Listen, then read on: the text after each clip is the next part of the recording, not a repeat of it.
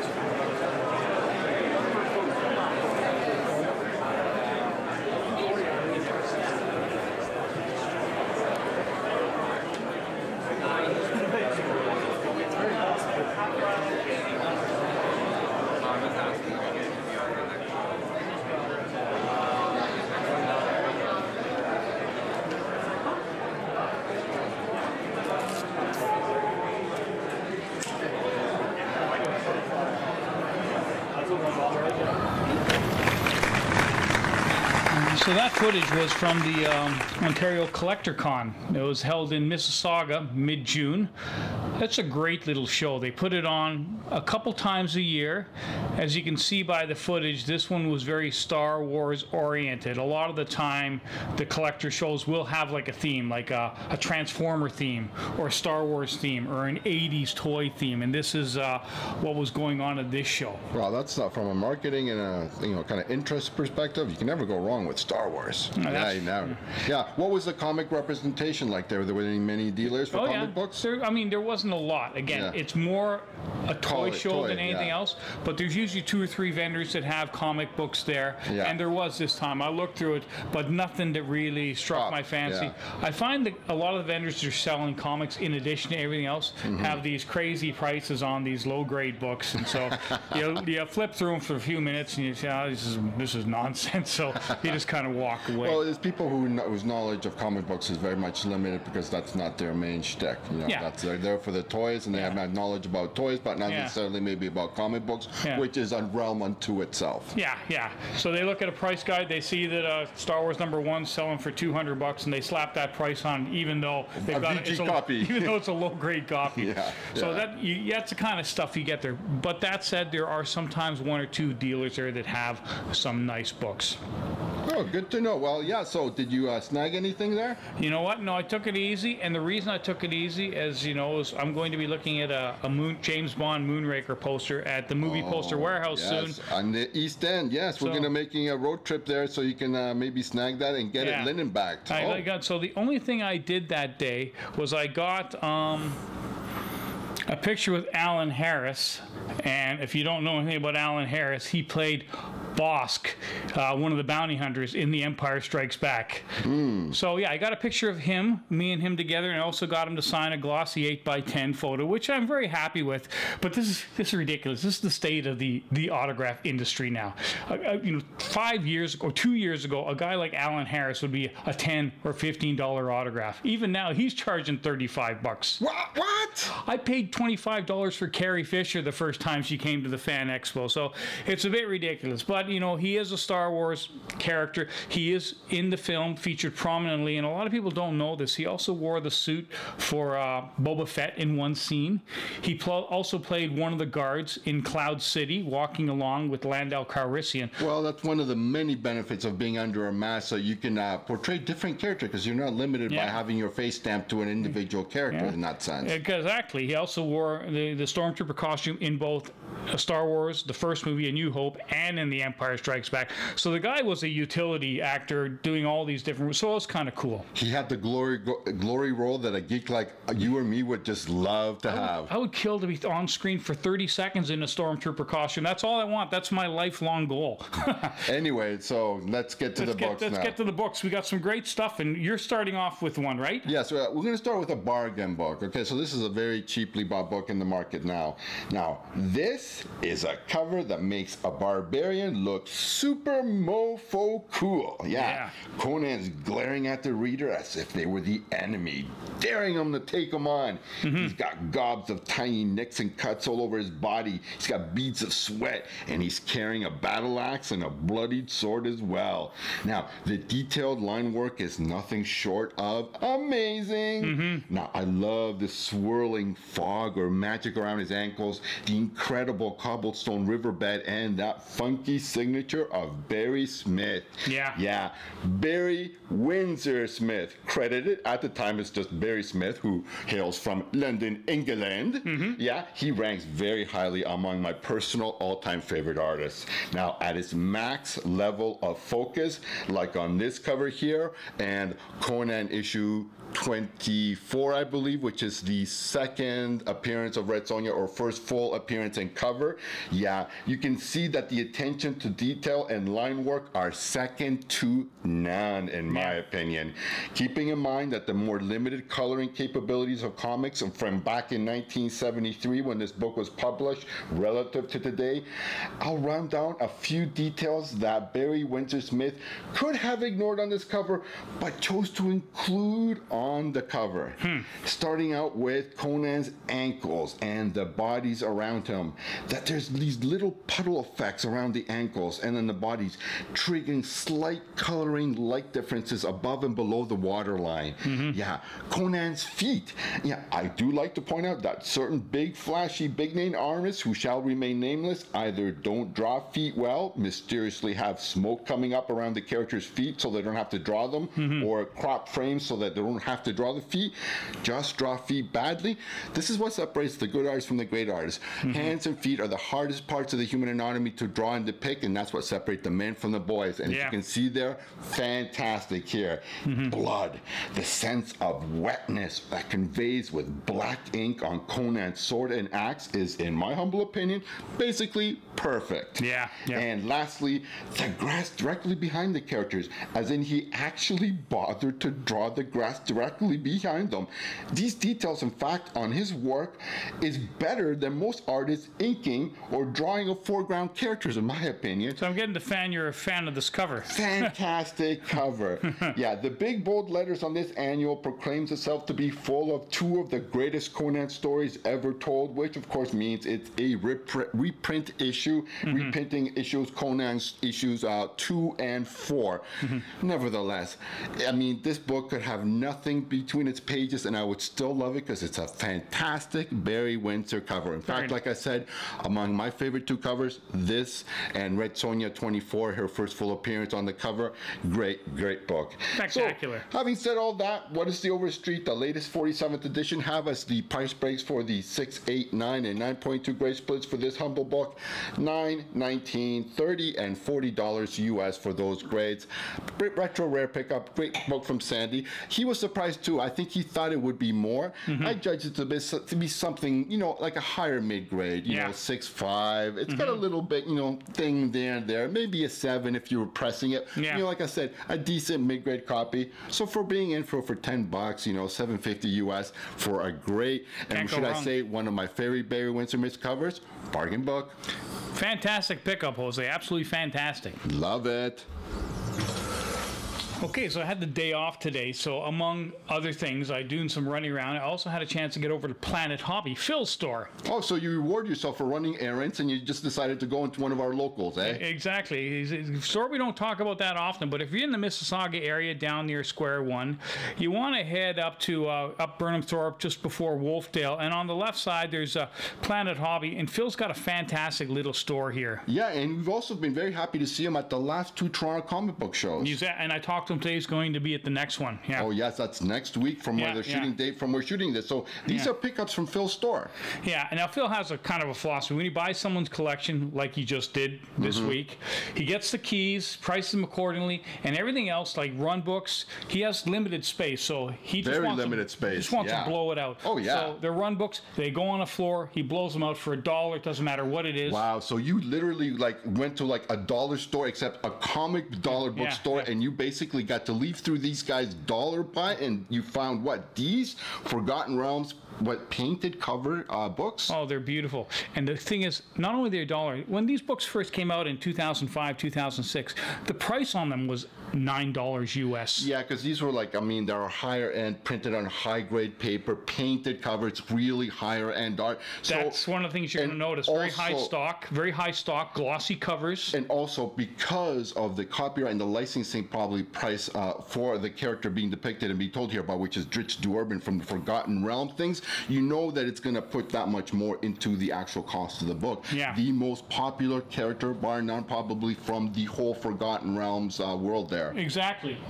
And I don't know if any of you are familiar with the Forgotten Realms, specifically the Homeland story, but written by Salvatore, as Jose just said, it is an absolutely phenomenal novel. Think about it basically without giving anything away. It's about the origin story of the character within his culture, the Drow culture, which lives in these huge caverns underneath the earth of the Forgotten Realms. Yeah. And it's his origin of how he grows up, grows disenfranchised with society, and breaks out onto the world above. So it's fantastic because it's giving you the origin of your favorite character to actually put you there with going through what he went through to break away from the Drow dominion with the spider goddess law. Fantastic books. Exactly. It gives you a lot of the culture, the background, the history of Menzoberranzan, which is the major dark elf city, a very evil place, and just a fan. And this is obviously the comic version, graphic novel, originally published in 3 parts.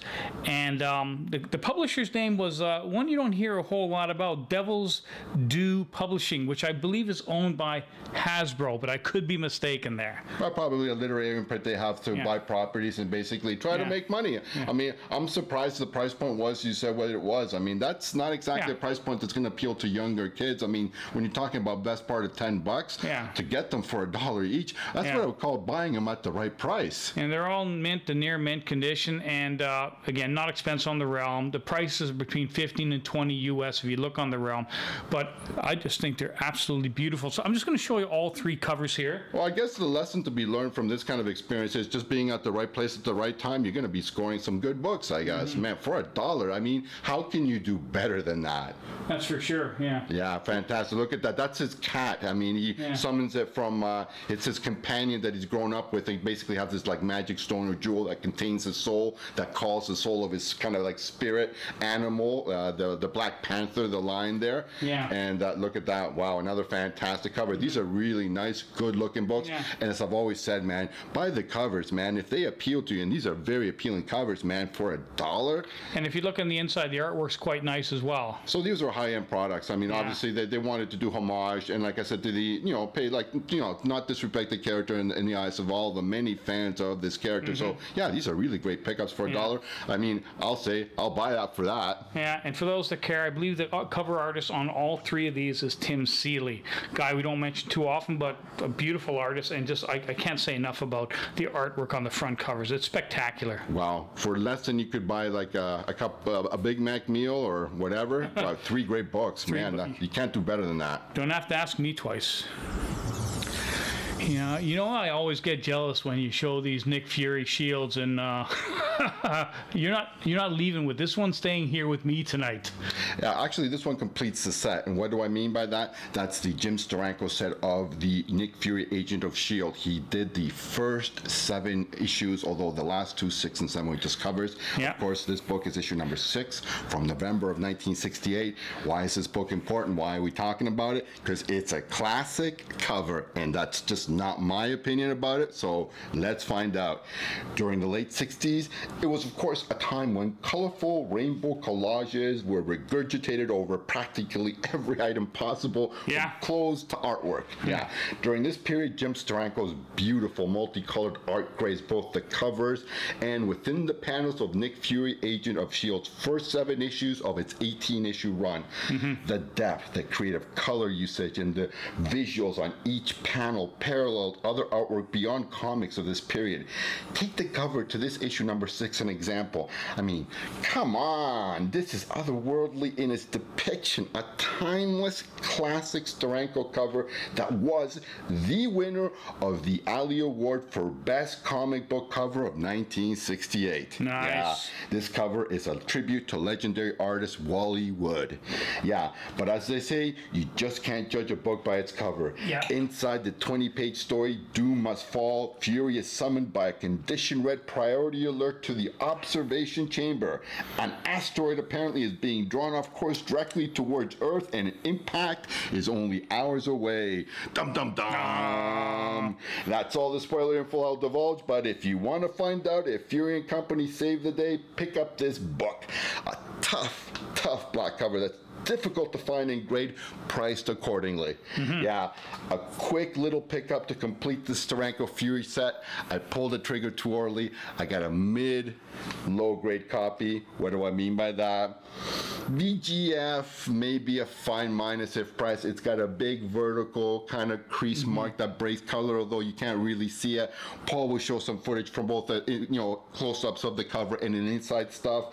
Anyway, at $30 Canadian, what's that, about $23 US conversion rates currently.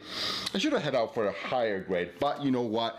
I think the people that benefit from these things are Paul or Mike. If they don't find these books, I'll eventually find a VF looking copy and I'll flip or trade or just have this as a reader copy. In any case, to end this on the 47 type Overstreet guide, the price splits for the 6, 8, 9, and 9.2 grades are $21, $46, $86, and $125 US. Yeah, fantastic. So you can still pick up the book at a reasonable price. If you're willing to buy about a below fine grade kind of 5, maybe 5.5 looking copy for between 30, sometimes 40 bucks, but you should be able to pick them up for $20, $25 US.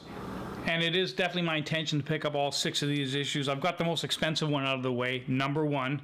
But again, I've had this conversation with this before. I don't know if it's just me, but every time I find them at the shows, I find them overpriced and undergraded. Well, when you look at it closely, when you're shooting footage and inside the thing, look it over and ask yourself, would you have paid 30 bucks for that? And just let me know later. I can tell right now that you got a pretty good price on it. Yeah. Oh, thanks. I'm glad to think so. I think I paid for market value for the book. Yeah. Great book, Jose.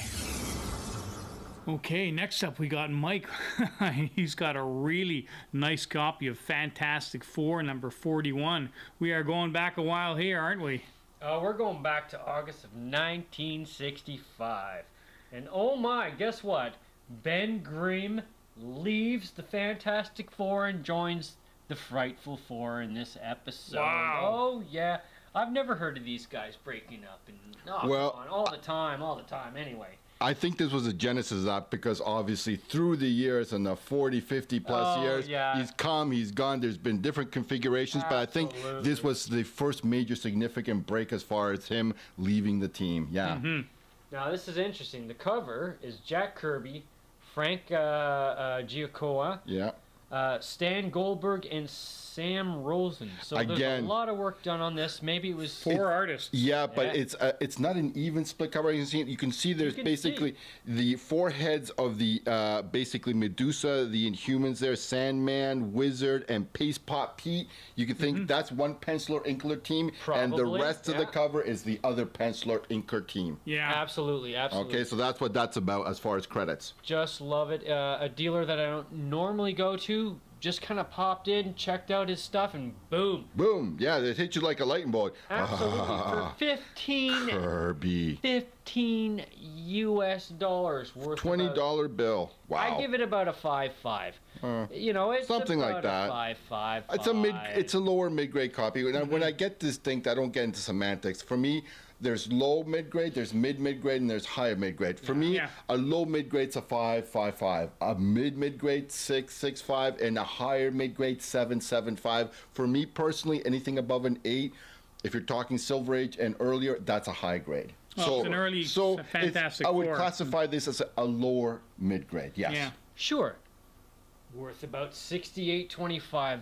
Bargain City. as far as the comic book realm, that's a reasonable price. I'd like to think that, yeah, you could get something like that. Yeah. Go on eBay and check it out. Yeah, definitely. If you had the world's largest marketplace, if you want to confirm your hunches on something before pulling the trigger, yeah, definitely check out what things been dropping for. Definitely a place to gauge the market, that's for sure. I always do, and I look for grading there too. Yeah, great snag.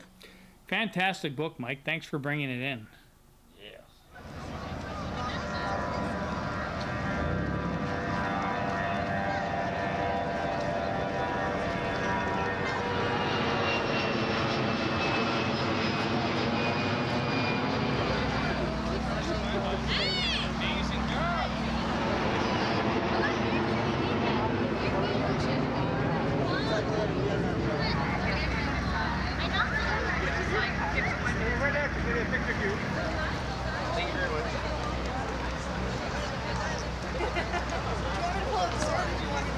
Whichever you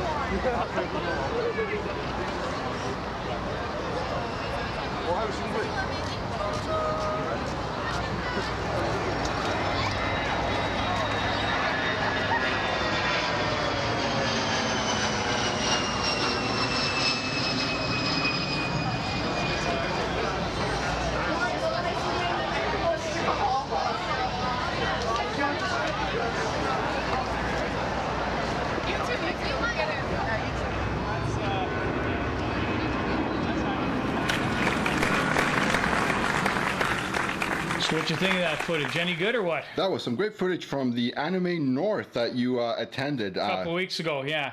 There's so much been going on since the CGC episodes that we've shown, that we filmed over the last couple of weeks. I just simply haven't had enough time to show you all the footage of all the different events I've been to. Well, that's the thing about it, summer. It can get a little hectic. It's not just the big shows like Fan Expo. Yeah. There's a lot of other smaller shows and other things going on, and our adventures in the wild, and we do kind of have lives outside of collecting comic books and other stuff too. Sure. So yeah, as I said, life happens. Yeah. And just in case, for those of you who don't know, Anime North is a non-profit fan-run convention.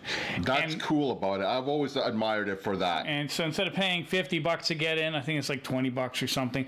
And as you can see by the footage, I think they must be getting close to 100,000. It's held at the Toronto Congress Centre each year, and it's really. If you've never been to this convention, I think it's now like the 4th largest anime convention. I would call it the Fan Expo of basically cosplay. Cosplay, yeah. And so we're used to the Fan Expo in Toronto Comic Con, where we see costuming clubs like the Steampunks, the 501st Legion, the Doctor Who Society, but there's a whole subculture of anime and Japanime outside the mainstream. Which is huge. And it's massive. And some of the time that these kids spend on these outfits, these costumes. But that's their jam. That's their mojo, man. That's what them doing what they want to do. That's what they live for. That's kind of like our adventures in the wild, hitting up the local comic book shows and then adventuring the cons. It's kind of like them thinking what their costume can do, preparing it, and then actually going out and hitting the big motherlode con. And that's what they do. That's what they love. Yeah, I mean, their costumes are so fantastic, and they spend just as much, if not more time, as the North American cosplay now, clubs. as a photographer, it's got to be a great opportunity for take some good video and some great pics, right? I spend the whole day down there. I don't even go inside. I just walk around the outside, because that's where all the best pictures are. That's where all the photographers hanging out. And so that was some great footage, Paul. Great footage. So Ken, anyways, back to what we're doing here. We're doing a twofer here, right? A twofer. Yeah. So now in this segment of my recurring new old series, I'm going to be featuring the first appearance of one of my favorite 3 female Legionnaires and my favorite modern cover of that. Now, although I do have to admit that the modern book Legionnaires issue number 16 is from July 1994, and of course is stretching the definition of new at almost 25 and entering classic territory. But as Mike would like to love to say, I digress. Nura Nal of Naltor, aka Dream Girl, has always had a bit of an image problem. She's known primarily for her good looks and has often been underestimated in terms of her wits, guts, and superpowers. Her greatest strengths lie in her will and intelligence, as well as her keen sense of tactics, and she served as Legion leader during arguably the most tumultuous period of their history, steering the team during both the Great Darkness saga against Darkseid and the war with the Legion of Supervillains. She has been called both Coquette and Martinet, bimbo and exemplar, but like all her fellows, she's more than the sum of her parts. The Legionnaires came in all shapes and personality types, but our dream girl is the quintessential high-maintenance glamour girl. Yeah. And her first appearance in Adventure Comics issue number 317 from February of 1964 plays on that overwhelming beauty, sashaying into Legion tryouts in heels and a bathing suit, which was probably pretty racy circa 1964. Yeah. Nora makes an first impression that can only be described as mixed. Yeah. Legion leader Saturn Girl immediately takes a dislike to her and points out, rightfully, that her powers of prophetic dreaming aren't exactly Legion material. But the male members, they beg to differ. Boys will be boys. Yeah. Now, after being voted into the Legion in the most polarized tally since, I don't know, Florida in 2000, if you know what I mean, all the boys voted yay, all the girls voted nay. Dream Girl proceeds to wrap the boys around her fingers, manipulating the entire team and cold-heartedly getting 7 different Legionnaires drummed out of the ranks on various trumped-up charges. Very apropos verb for these tumultuous times. Trumped up. Yeah, trumped up. Yeah. Triplica Girl is ejected for making a false accusation against her, Matter Eater Lad for calling her a fake, and she manages to turn several other Legionnaires into children, as you can see from the cover, who are then ejected from the team for not meeting the minimum age requirements. Only a smitten star boy believes in her innocence and discovers the truth. Dum dum dum. Well, that's all for the spoilers for now, but let's get to the books at hand here. Now, my personal fave score from a young dealer at the most recent Toronto comic book show, Legionnaires issue 16, the Adam Hughes covers, it screams. Yeah. Look at me. Now, my favorite aspect of the cover is the knowing, mischievous, sexy look Nora is giving the viewer. Yeah. I see you looking at me. I'm looking right back at you. Yeah. To me, the cover is so effective in breaking the fourth wall that it made me slightly uncomfortable the longer I looked at it, if you know what I'm saying. Yeah. Now, not to devolve into semantics, but I personally, of course, have 3 grades when it comes to covers vis-a-vis eye appeal that I think are basically self-explanatory. Good, great, and classic. I personally think this is a definitive Great Hughes cover that, as it approaches its 25th year of publication next year in 2019, can then be considered to be a modern, quote-unquote, classic. Yeah. Now, as far as the elephant in the room, the signature aspect of the purchase, well, what can I say? I held my breath, I trust in my guts, and I handed over the $20. Yeah, bit of a Sophie's Choice moment at the time, as the dealer also had a very high-grade mint-looking copy in his bins for only $10 Canadian. Yeah. Do I pick up one or do I pick up both? Now, in the end, I decided to put the extra 10 towards another purchase. Now, as a signed Hughes cover, it's somewhat hard to gauge the fair market value of the book in the current marketplace. Of course, the usual sources offer little insight of guidance in the issue. Both the comic book realm, which has the entire Legionnaires run from 1992 to 2000, all 81 issues at $3, and the 9.4 grade for the near mint is no help. Overstreet, the same thing, $3 US for the entire run at 9.2. Now, of course, you're going to have to know that, as far as I'm concerned, look, the market knowledge tells me that any Hughes cover sells for at least $5 to $10 US, generally. Yeah. The more common, less visually interesting characters can be had for under $10, but the better, more visually interesting examples can bring $20, $25 US, and sometimes more. Now, the prominent signature does not detract from the image, and the uncertainty will resolve when I submitted it for grading. Yeah. If I should decide to do that. What is there to say about Adventure 317, it's a lower grade copy, what I call a placeholder, or some people might call it a reader copy. Yeah. When you do some close-up footage of it, you'll see that it's got moderate spine wear, but it's got a staple pop. The lower staple is detached, so I mean it's got also some discoloration on the bottom corner there, but still overall it doesn't have enough to detract completely from the eye appeal. For $15 Canadian paid from the Big P, what can I say? I paid $15. I mean, we recently saw about a same condition copy from one of the dealers outside the Hall of Toronto Comic Book Show, about a 335 copy for, I think it was $18. So fair market price paid. I'm looking for a VF copy. I will get a VF copy eventually. For sure, for sure. And $20, you got a real, authentic Adam Hughes signature. As far as I'm concerned, you can't go wrong there. Hoy hoy. Nice books, Jose. Thanks for bringing them in. Okay, so I'm finally glad we got these back. If you remember about a month and a half ago at Retro Rare Collectibles, Sandy got in a very large collection of Frank Cho material. Yeah, Frank Cho related material, of which there was many things, and of course the most eye-appealing things were these kind of like mini posters, what I call them. Yeah. So of which this is one of two that I picked up. I mean, I just like the obvious thing. Let's put it out there. It's the elephant in the room. It's a cheesecake pose. I mean, featuring somebody dressed up as Wonder Woman. Okay, it's a very low limitation. You want these things to be not like one of 5,000 or 10,000. This is a limitation of 250 copies, and it's signed both by Frank Cho and by Brandon Peterson. So 15 out of 250. Great cheesecake pose. Really nicely framed from Gordy at Retro there. What double matted, archivally framed there. Nice black plain frame. Doesn't detract from the eye appeal of the thing. You don't want to notice the frame, you want to notice the appeal of the book, which the appeal of the poster, which is this great cheesecake pose. And it's also got preservation glass, which is helps UV protect it. In case you should have any, unless you have it in a dark hallway where it doesn't get direct any light, which should always be consideration depending on where the sun is coming into your house or apartment where you're displaying it. That's that turned out really amazing, Jose. Yeah, very nice.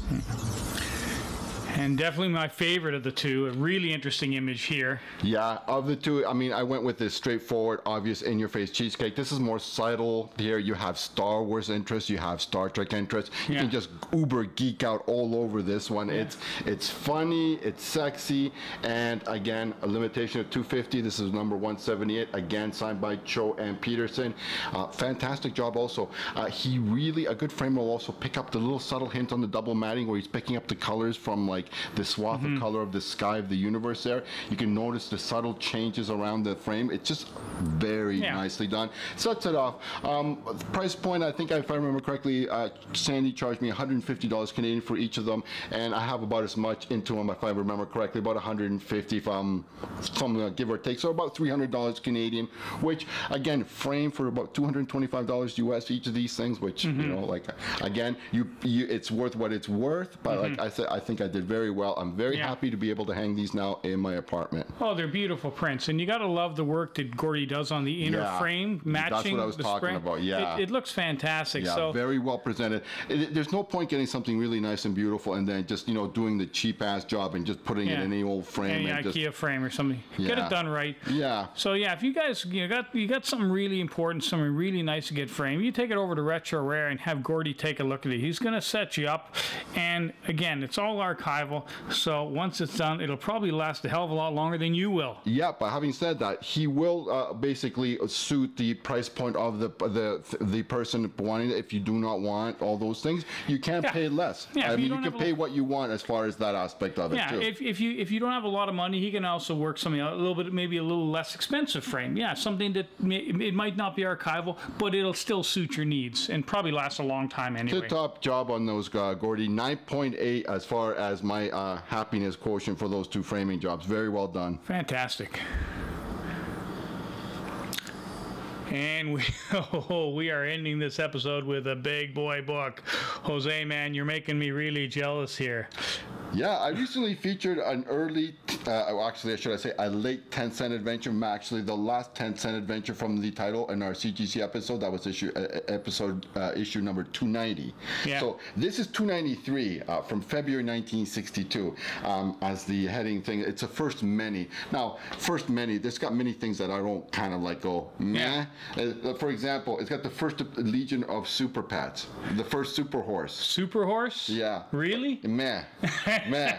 Okay. Of more interest, it has the first appearance of Bizarro Lex Luthor and Bizarro City of Kandor. Well, that's a little bit more, yeah. And the last best bit, it's got the second full appearance of General Zod. Wow. There you go. That's the big ticket for me. That's the big ticket, yeah. Yeah. One of my personal favorite teams in comics has always been the Legion of Superheroes. The main problem for me and for many other fans of the Legion is, of course, that their first appearance in Adventure Comics 247 back from April of 58 is so very, very expensive, with low-grade 2.0 good copies selling for around $1,500 US, and higher grade examples in the VF 8.0 range around $12,000-$15,000.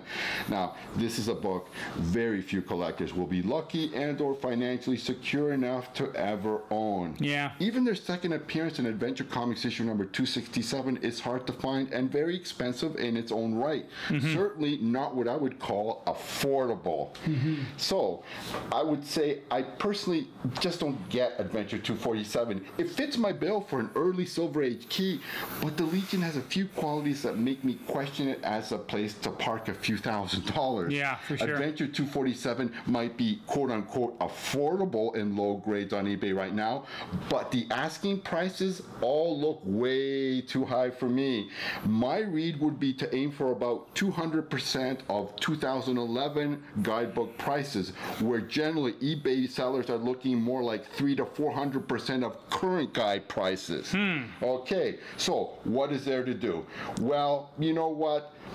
Their appearances after that in of themselves aren't really significant. So as far as book to invest in this team that are reasonably affordable, we are going to skip all the way to their 13th appearance in this book. Now, this book doesn't seem to sell anywhere near its guide value. That is, until you get to the VF 8.0 and upgrades. Then the book actually sells a bit higher than guide. Yeah. But I wouldn't even call it an affordable investment in the high grades. Most copies, however, aren't high grade anyway, and I believe the highest graded copy are 3 9.6 near mint copies in the census right now. So I'm not really focusing on the high grade copies because anything under a 7.5 seem to me a bargain prices comparatively, and low grade copies can be had very cheap if you look closely. Now, I would pay close attention to condition when buying raw copies of this book. Loose centerfolds and interior pages are common with this issue and with other adventure comics from around this time frame, which is the early 1960s. Yeah, so I'd look it over carefully because condition is a concern, and being on top of your grading may help you score a decent raw copy. Now, because the copies I see out in the wild are usually not taken care of and are slowly falling apart, I think this issue, especially complete, nice looking copies with good eye appeal, are just going to keep getting harder and harder to find going forward, making them good investments to buy now and to hold on to. I really don't expect this book to see any sudden price gains, but instead I strongly expect it to see slow, steady appreciation as more copies inevitably find their way into strong-handed collections. Yeah. I think the trick to buying comics is to be purposeful. Understand why you're buying something and follow through with this thinking or plan. I know it's difficult because we are emotional creatures, and ultimately, collecting, like it or not, is an emotional sport. I personally like key books that no one is talking about, like Adventure 293. They may not turn out to have been a great investment over time, but at least you enjoyed them and haven't lost ground financially. Yeah. But books that are overly hyped will also have correspondingly inflated or bloated pricing to match. For those books, my best advice is to get in early or wait it out. But don't wait too long because the world only moves forward, and if you keep looking back or waiting on the sidelines, life will pass you by. That's right. That's right. Okay, so let's look at the Overstreet price breaks, and I will feature 2 more pricing points because I am slabbing this book. Yeah, I get the feeling that you were going to. So I did my homework. So So the easiest thing to look for, the Overstreet pricing. The 6, 8, 9, and 9.2 grade splits are $111, $222, $361, and $500 US. And by the way, I should say that I am visually grading this copy about almost a VF, so I'm calling it a 7.5 VF minus. All right, so it'll be interesting to see how close you are. Okay, so comic book realms. I'm going to give you the 6, 6.5, 7, 7.5, 8, and 8.5 grade splits. Starting with 6, 150, 200, 275, 350, 425, and 450 from 6 to 8.5. And lastly, because I am slabbing it, I looked it up from Go Collect. These are the 6, 6.5, 7, 7.5, 8, and 8.5 prices on average for graded copies selling on Go Collect, and those breaks are 80, 120, 130, 150, 190, and $350 from 6 to 8.5 grades. I think I'm in okay. I think I have a feeling this is going to be somewhat of a push, but we shall see. If it comes in an 8, I'd be happy. It's possible. I think I paid what the book is currently worth, but I'm very happy getting this book second Zod. Yeah, baby. Nice, nice. And nobody can say we haven't been comprehensive in how you're pricing it, eh? So you're getting everything. You're getting the realm. You're getting Go Collect. You're getting Overstreet. Yeah. You get a pretty good idea where this book is. Lies. Yes. And not always look at one thing, but like I said, looking at something like Go Collect, if you are thinking of slamming it, to see what the average pricings for the grades that it might come in under are going for. Yeah, nice, nice. Great cover, Kurt, by the great Kurt Swan. Yeah. Well, that was absolutely fantastic, and I can't think of a better way to end the episode than with an Adventure Comics like this. Second appearance of General Zod. I'm truly spellbound, and I really need to get this book myself. So anyways, if you like the episode, please leave comments, because we love reading them, and we'll always respond, and we will see you next time. Hoi hoi.